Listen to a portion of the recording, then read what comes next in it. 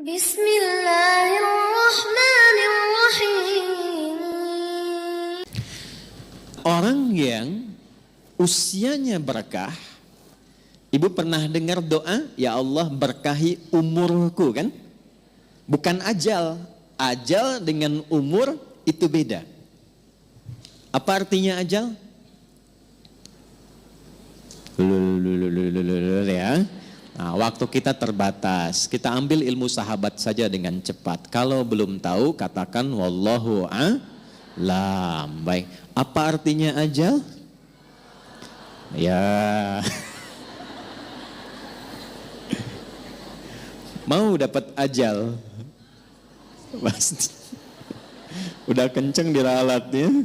Pasti. Baik, pasti. Baik. Ajal itu pada mulanya, pada asalnya, itu yang kita sebut dengan usia. Batas kehidupan. Ajal itu batas kehidupan. Jadi usia itu kalau dibawa ke bahasa Qur'annya, atau bahkan bahasa Arab standar, itu asalnya namanya ajal. Setiap kita itu kan ada ajalnya. Ada batas usianya. Dalilnya coba diambil satu saja. Quran surah ke-7 ayat 34 misal. Ya, Quran surah ke-7 Al-A'raf ayat 34. Walikulli ummatin ajal. Fa idza jaa ajaluhum la yastakhiruna sa'atan wa la yastaqdimun. Setiap umat, bukan satu dua orang saja. Semua yang menjalani kehidupan di bumi itu punya batas usia. Kenapa ditekankan kata ajalnya? Untuk memberi kesan bahwa kehidupan di dunia ini tidak abadi. Penting dicatat itu, Bu, ya. Kehidupan di sini tidak abadi, akan ditinggalkan. Karena itulah ketika ditinggalkan, diumumkan kan, telah meninggal dunia. Nah, artinya ajal telah tiba. Baik, sampai di sini bisa dipahami. Nah, itu tidak hanya kita paham, tapi tanamkan dalam jiwa. Di sini tidak abadi, akan pindah ke tempat lain. Nah, pertanyaannya, ketika pindah ke tempat lain itu, meninggalkan jejak yang baik tidak di dunia. Ibu kan keluar dari sini, setidaknya baru keluar sudah dibincangkan kan? Masya Allah, jamaahnya rapi, tertib, nggak ada sampah ketika selesai kajian. Kemudian jamaah-jamaah yang sekarang ngaji tenang, tidak ada yang ngobrol, itu kan? Nah, itu jejak kebaikan yang ditinggalkan. Karena itulah sebelum meninggalkan dunia ini, selain mencari bekal ke tempat baru, kita diberikan bimbingan oleh Allah dan Rasul untuk meninggalkan kenangan-kenangan yang baik. Yang kalau diikuti jadi pahala, Bu. Jadi itulah indahnya dalam Islam. Datang baik-baik, pulang pun baik. Karena itu saat datang kan disambut senyuman kan?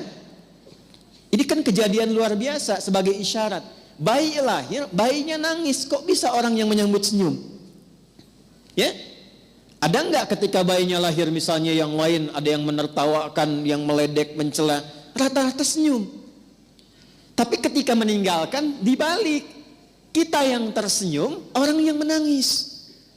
Kenapa? Karena kita bahagia meninggalkan jejak-jejak kebaikan, dan orang merasakan sedih karena kehilangan kebaikan itu yang dirasakan saat sedang dibersamai oleh orang baik itu.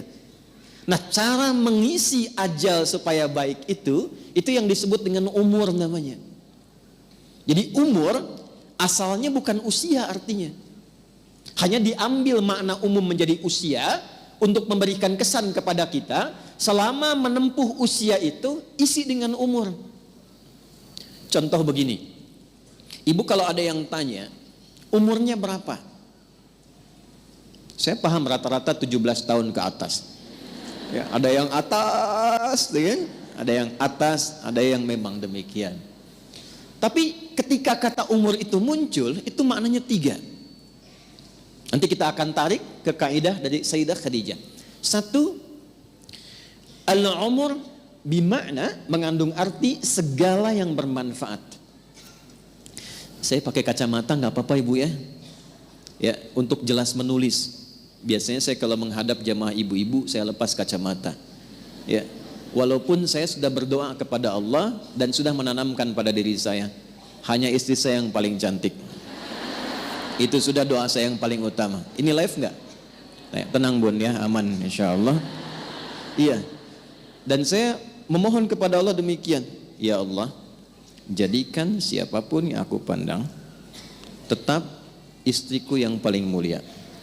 Dan jangan pernah tanamkan pada jiwaku keberpalingan dari istriku dan ketertarikan selain apa yang istriku ridhai. Jadi ibu jangan berharap banyak kepada saya. Ya.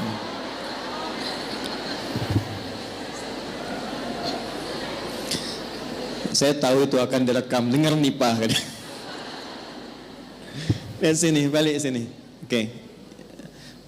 Sampai mana tadi kita itu umur? Insya Allah ingat. Segala yang bermanfaat. Ya. Baik. Ini saya buka kaidah umumnya dulu untuk menunjukkan kesan di akhir nanti betapa Sayyidah Khadijah memahami ini. Lalu kita tarik kemudian praktek dalam kehidupan beliau, poinnya apa, itu yang kita simpulkan nanti dan dibawa pulang. Singkatnya, selama hidup, kalau ingin dikenang, punya nilai kebaikan bahkan sampai masuk ke alam kuburnya, tapi nama dan kisahnya tetap harum, maka buatlah dan rencanakan semua aktivitas yang punya nilai manfaat. Melihatlah dengan yang baik saja. Bila yang dilihat tidak bermanfaat, tak harus dilihat. Berbicara yang mengandung manfaat. Bila yang akan disampaikan sekiranya tidak bermanfaat, bahkan cenderung menyakiti, maka abaikan. Sampai ke ujung kaki.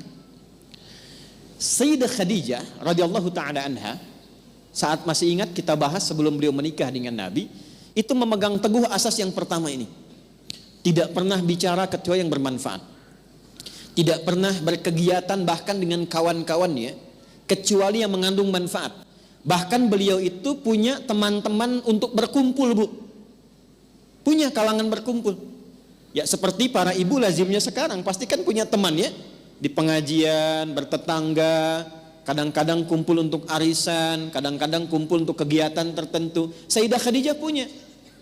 Tapi yang paling luar biasa, semua teman-teman Sayyidah Khadijah ini ketika berkumpul itu mendapatkan kemuliaan sifat dari beliau, sehingga viral di kalangan wanita-wanita Arab pada masa itu bahwa kalau ingin melihat perempuan yang bermanfaat, inilah lihat kelompoknya Sayyidah Khadijah. Dan jangan kira kita samakan dengan era sekarang, tidak. Ibu jangan lupa, dulu itu jahiliyah, di mana perempuan itu pada umumnya itu menampilkan dirinya supaya mendapatkan ketertarikan dari para lelaki. Disebut dengan tabarruj namanya.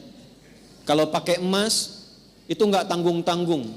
Misalnya 1,5 kilo tempel di kaki kanan dan kiri. Supaya kalau jalan bunyi cek gitu kan. Ada yang lihat. Pakai pakaian terbuka. Ya, jadi kalau dilihat kondisi sosial pada masa itu, secara antropologisnya, secara budayanya, itu rata-rata perempuan, mohon maaf sekali, memang sangat terbuka keadaannya dan kurang menjaga diri. Tapi kalau sudah melihat Sayyidah Khadijah dan teman-teman beliau, itu semua hormat. Nyaris tidak ada yang mau bicara di depan Sayyidah Khadijah, saking hormat dan kagumnya atas wibawa beliau. Ini semua diam. Dan saat ada orang yang usil pun pada Sayyidah Khadijah, itu teman-temannya, ini sebelum menikah dengan Nabi, itu teman-teman sekitarannya itu langsung melindunginya. Berbuat sesuatu yang Allah telah tetapkan itu, jika kita menjalaninya dengan istiqamah dan dilakukan karena Allah, maka Allah yang menggerakkan hamba sekitarannya untuk menjaga hamba dimaksud. Jadi kalau dari sekarang ibu menjadikan semua aktivitas usia itu untuk menaati Allah, ya tidak harus dalam konteks sholat saja. Bukan hanya sholat, bukan hanya baca Quran. Saya ingin mengisi sisa hidup saya untuk menaati Allah. Mulai sekarang saya akan gunakan pandangan pada yang Allah sukai saja. Saya akan gunakan pendengaran pada yang Allah sukai. Saya akan gunakan lisan pada yang Allah sukai. Kata Allah, jangan gibah. Saya tahan gibah. Saya tidak, Ustaz. Bagus. Tidak seperti ibu itu tuh. Kalau bicara, masih berarti. Tahan. Tahan. Itu kalau bisa dilakukan, Allah balas, mengangkat wibawa ibu. Jadi dari segi umur, itu akan dikenang, ini orangnya orang berwibawa, orang baik. Ibu kalau nggak percaya silahkan. Kalau melihat orang salih, solihat, malu kan kalau berkata kotor? Coba silahkan, mau berkata yang kurang baik, walaupun terbiasa bergaul di tempat yang kurang bagus, bertemu orang begini nggak mau mengeluarkan kata-kata kotor. Saya kalau ketemu preman, Bu, nggak pernah berkata-kata kotor pada saya. Assalamualaikum Ustaz, Assalamualaikum Pak Kiai, doakan ya. Padahal sebelum itu dengan kawannya, keluar. Ragunan keluar, tuh kan? Bahasa-bahasa yang tidak normal keluar. Tapi ketika kita berusaha menaati Allah, dalam hal yang simpel saja, turunlah kemudian jawaban dari Allah dengan melindungi sifat-sifat baik kita untuk dikenang.